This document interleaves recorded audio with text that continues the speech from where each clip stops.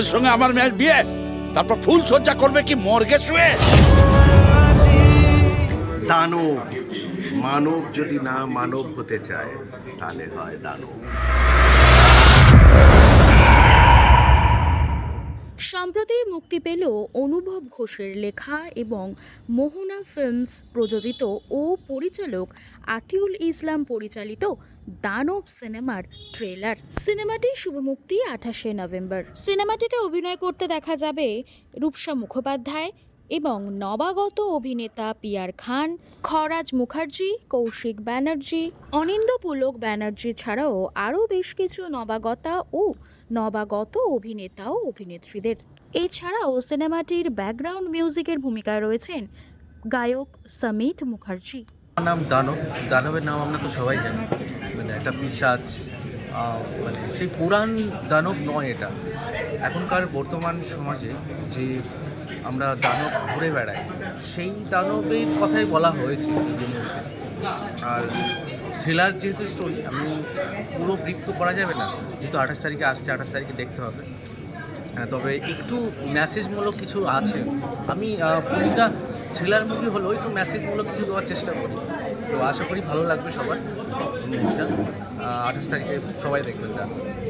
এবং একটা Hollywood escape বলাই যেতে পারে, যে হলিউড স্কেপের মতো একটা সিনেমা, তো সেটা সেইভাবেই সিনেমা মানে হলিউড, বলিউড, টলিউড এরকম নয়, মানে সেটা হচ্ছে হ্যাঁ কোথাও একটু মিল থাকতে পারে, আপনারা বলছেন মানে হলিউড স্টাইলের, সেটা নয়। মানে এটা বাংলারই গল্পটা বাংলার, কিন্তু থ্রিলার সাজিয়েছি হয়তো অন্যরকম স্টাইল।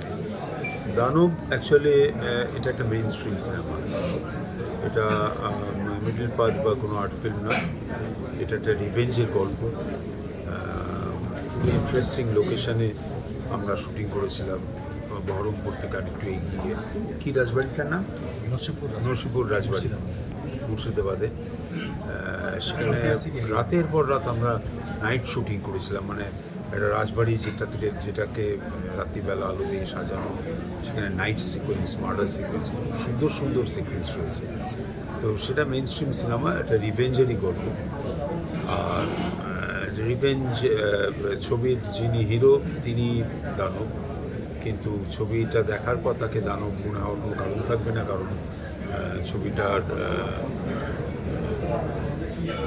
একটা নার্সিংহোম বা হসপিটালের কারাপশান আছে। কেন এই মানুষগুলোকে যিনি হিরো তিনি মারলেন, তার একটা রিভেঞ্জের গল্প রয়েছে। একদম মেইনস্ট্রিম সিনেমা। পুরো শুটিংটা, অন্তত আমি যে শুটিংটা করেছি সেটা পুরোটাই বহরমপুরে, মুর্শিদাবাদ এইসব এলাকায় হয়েছে।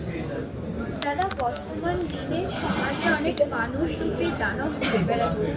দানব শব্দটা, যে ছবিটা, সেটার সঙ্গে সেটা কতটা কানেক্টেড? না, খুব কানেক্টেড নয়, কারণ যে কোনো দানব ছবি বলে না, যে কোনো ছবি বা গল্পে যদি কোনো দানবকে যদি কেন সে দানব সেটা দেখিয়ে দেওয়া হয় বা বলে দেওয়া হয়, তখন সে হিরো হয়েছে। সেটা মানুষের জীবনেও যদি একটা মানুষ কোনো খারাপ কাজ করেছে, যদি তার পাস্ট আমরা দেখি, তার জীবনের শুরু থেকে দেখি, তবে অনেক খারাপ মানুষকেই দেখবেন আপনার ভালো লাগবে, কারণ মানুষ তো জন্মই খারাপ হয় না। তো কেন সে রিভেঞ্জগুলো নিল সেটা সিনেমার মধ্যে বলা হয়েছে। তাই ছবির যে হিরো, সে হিরো হয়েই থাকে। একদমই। আর এর আগেও আপনাকে বিভিন্ন ভূমিকায় দর্শকরা পেয়েছে, এই ছবিটায় কি ভূমিকায় আপনাকে দর্শকরা পেতে চলেছে? এই ছবিটায় আমি একজন মেডিকেল পার্সন, মানে একজন ডক্টর, এবং কারাপ্টেড মানুষ, মানে হসপিটালে কারাপশান এখানে দেখানো হয়েছে। সেই গল্পটা বলে দিলেন আর সিনেমাটা দেখার মানে থাকবে না। মানে এরা কারাপ্টেড লোক, একটা হসপিটালের মধ্যে কারাপশান রয়েছে, এবং দানব এদের রিভেঞ্জটা নেবে যে কেন সেরকম করলো, এর উপরেই গল্প। এবং দর্শকদের জন্য কি বলবো? দর্শকদের জন্য বলবো যে এই নভেম্বরের 28 তারিখে ছবিটা রিলিজ হচ্ছে। আপনারা থিয়েটারে এসে ছবি দেখবেন, ওটিটির জন্য ওয়েট করবেন না, কারণ থিয়েটারটা থিয়েটারই হয়, মানে সিনেমা হলে গিয়ে ছবি দেখার ওর স্বাদটা কোনোদিন বাড়িতে বসে পাওয়া যায় না। যদিও সব ছবি সবার পক্ষে গিয়ে হয়তো হলে দেখা সম্ভব হয়ে ওঠে না, চেষ্টা করবেন যতটা সম্ভব হলে গিয়ে সিনেমা দেখতে, কারণ হলে সিনেমা দেখার মজাটাই আলাদা, ওটা বাড়িতে বসে কোনোদিন পাওয়া যায় না। প্রচণ্ড এক্সাইটেড প্রথমত, এবং নার্ভাসও, কারণ আমি এখনও ট্রেলারটা দেখিনি। এবং এই গল্পটা হচ্ছে একটা মিষ্টি প্রেমের গল্প, এবং একটা লোয়ার মিডল ক্লাস ফ্যামিলির বাবা মেয়ে এবং না পাওয়ার একটা রিভেঞ্জের গল্প। এবং এই গল্পের মধ্যে অনেক থ্রিলার, অনেক কিছু রয়েছে। তো আমরা তো কাজ করি নর্মালি দর্শকদের জন্য। সো ফাইনালি এটা রিলিজ হতে যাচ্ছে, আজকে ট্রেলার লঞ্চ। খুবই ভালো লাগছে, এক্সাইটেড, নার্ভাস, তো সব কিছু একসাথে মিলিয়ে একটা কাজ হচ্ছে। এবং যদি বলা হয় দানবই কেন এই সিনেমাটার নাম? দানব, এটা যতক্ষণ না দেখবে আমার মনে হয় বলাটা উচিত না, বাট এইটুকুনি বলতে পারি যে একটা মানুষকে যখন এক্সট্রিম পর্যায়ে পুশ করা হয়, তখন সেই মানুষটার ভেতরের সেলফটা হয় না, আমাদের মধ্যে একটা ভালো দিক, একটা খারাপ দিক রয়েছে। তো কোন দিকটা বেরোচ্ছে, তো আই থিঙ্ক দানব সেটা বুঝতেই পারছো, বাট কেন বেরোচ্ছে সেটা আই থিঙ্ক তোমরা যতক্ষণ না মুভিটা রিলিজ হচ্ছে দেখতে পাবে, আর আজকে ট্রেলার লঞ্চে হয়তো কিছুটা বুঝতে পারবে। আর তোমার চরিত্রটা নিয়ে যদি একটু এক্সপ্লেন করো কিছুটা।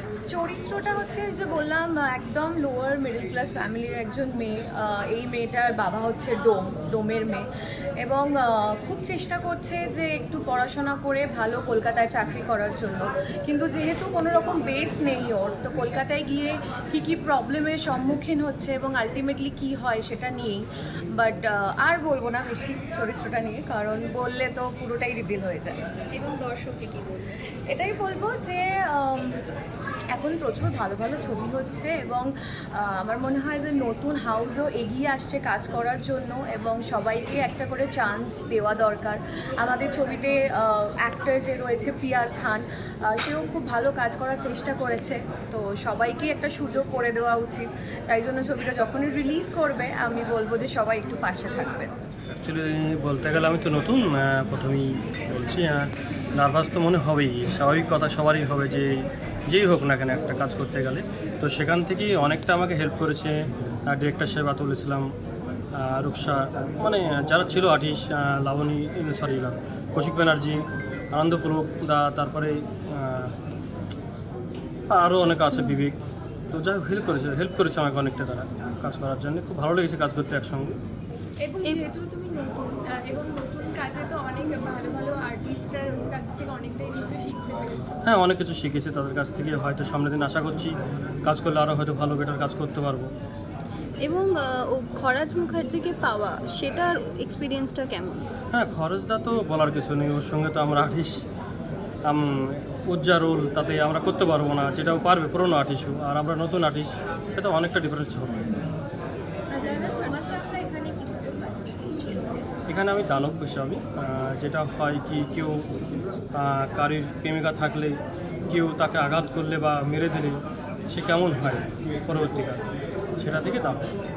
আর দর্শকদের কি বলবে সবশেষে? হ্যাঁ, দর্শকদেরকে বলবো যাই হলে যান, মুভিটা দেখুন, ভালো লাগবে আশা করছি। খুব ভালো মুভি, ভালো হয়েছে। হ্যাঁ, মানুষের ভেতর তো একটা ভালো এবং মন্দ, সাদা এবং কালো দুটো দিক থাকেই, এটা খুব কমন সাইকোলজি।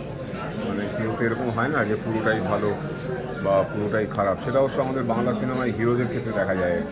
বাংলা সিনেমায় হিরোদের কিছুই প্রায় খারাপ দিক থাকে না, পুরোটাই ভালো। হচ্ছে যে অ্যাবসার্ড হিউম্যান সাইকোলজি অনুযায়ী ভালো এবং মন্দ মিশিয়ে মানুষ হয়। এবার যেটা বেশি ডমিনেট করে, খারাপ দিকটা যদি ডমিনেট করে তাহলে সেই মানুষটা খারাপ হয়, ভালো দিকটা যদি ডমিনেট করতে থাকে তাহলে পরে সেই মানুষটা তার খারাপ দিকগুলো থাকা সত্ত্বেও সে একসময় ভালো হয়। সেই দানব এখানে ওই রূপক অর্থেই ঠিকই বলেছে, এখানে একটা রূপক অর্থে দানব বলা হয়েছে, অর্থাৎ একটা মানুষের ভেতরে এমন কিছু একটা আছে। এবার প্রশ্ন হচ্ছে সমাজ কোন জায়গায় মানুষকে ঠেললে পরে একটা মানুষ দানব হয়, এটাও দেখবার বিষয়। সো এখানে দুটো দিক রয়েছে, একটা হচ্ছে যে এটা স্বীকার করছি যে মানুষের ভেতরে একটা কালো দিক রয়েছে, আবার একটা ঠিক যে সমাজই সমস্তটা বানায়, সমাজই মানুষকে ভালো তৈরি করে, সমাজই মানুষকে দানব তৈরি করে। সো আমি বলবো যে এই ছবিটাতে সমাজের একটা বিরাট বড় ভূমিকা আছে, একটা মানুষের দানব হয়ে ওঠার পেছনে। আর অরিন্দদা, তোমাকে আমরা কোন চরিত্রে পাচ্ছি? আমি এখানে একজন ডাক্তার, যারা প্রায় দানবটাকে তৈরি করে, এর বেশি রিভিল করছি না। দর্শকদের কি বলবে সবশেষে? দর্শক, বাংলা সিনেমার দর্শক অনেক উদার, কারণ বাংলা সিনেমার দর্শকের নতুন ছেলেদের কাজ দেখবার অভ্যেস আছে। যদিও আতিউরের এটা প্রথম কাজ নয়, এর আগে অনেক কাজ করেছে। এটা 3 কি 4 নম্বর ছবি আর কি। এরপরেও আবার দুখানা নতুন ছবি চলছে, শুটিং অলরেডি এ মাস থেকে শুরু হবে আতিউরের। সো বাংলা সিনেমার দর্শককে আমি বলবো যে আপনারা দেখুন, আপনারা তো সুযোগ দেন, যারা নতুন নতুন কাজ করে তাদের ছবি দেখেন, ভালো বা মন্দ যেটাই আপনাদের লাগুক না কেন সেটা আপনারা রিয়্যাক্ট করেন, এতে করে যারা নতুন নতুন ছেলেরা পরিচালনা করছে তারা শিখতে পারে এবং তারা এগোতে পারে। থ্যাংক ইউ সো মাচ আপনাদের, আপনারা থাকবেন পাশে আমাদের, এটাই আমরা চাই। দানব, মানব যদি না মানব হতে চায় তাহলে হয় দানব। এটা একটা আমার ভয়েসও আছে ছবিতে। তো বেসিক্যালি এখানে আমি গানও করেছি, ব্যাকগ্রাউন্ড স্কোরও করেছি, যেটা খুব ইম্পর্ট্যান্ট। একটা ছবির যদি দায়িত্ব নেওয়া হয় সেখানে গান আর ব্যাকগ্রাউন্ড স্কোর দুটো মিলিয়ে মিউজিক করা হয়। ছবিটাকে অডিওতে মানুষের কাছে পৌঁছে দেওয়ার জন্য এই দুটো মিডিয়াম ভীষণ ইম্পর্ট্যান্ট। তো সেখানে গানও করেছি, গানেতে আমার অনেক দিনের বন্ধু ভাই রূপম ইসলাম আর আমি একটা ডুয়েট গান করেছি, যেটা আমার সুরে অবভিয়াসলি। তো সেটা খুব একটা আমার মনে হয় different type of rock song. সেই ক্রান্তিতে লাস্ট আমি রক সং করেছিলাম, তারপর দানবে করছি। এটা আইটেম সং নয়, rock song, out and out rock song, একটা ডার্ক রক সং। সেটা আমার মনে হয় দর্শকদের ভালো লাগবে। রূপমের ফ্যান্স বা আমার যারা ফ্যান্স আছে অ্যান্ড সবাই যারা মিউজিক ভালোবাসে তাদের জন্য একটা উপহার হবে। আর ব্যাকগ্রাউন্ড করতে আমি একটা নতুন স্কেপ ইউজ করেছি, যেটা ভীষণ হলিউড ট্রিটমেন্ট। সেটা পসিবল, কেননা আতিউলের ছবি হলে সেটা পসিবল হয়, কেন আতিউল সেই ফ্রিডমটা দেয় আমাকে আর সেই উৎসাহটা দেয়। তো সেই জন্যে আমি এই স্কেপটা দেখাতে পারবো বা বোঝাতে পারবো বা শোনাতে পারবো বাংলা অডিয়েন্সকে। তো সেটার জন্য আমি খুব ইগার। এখনও ব্যাকগ্রাউন্ডের লাস্ট দিকটা চলছে, মিক্সিং বাকি আছে, তো চলছে, সেগুলো খুব ভালোভাবে হচ্ছে।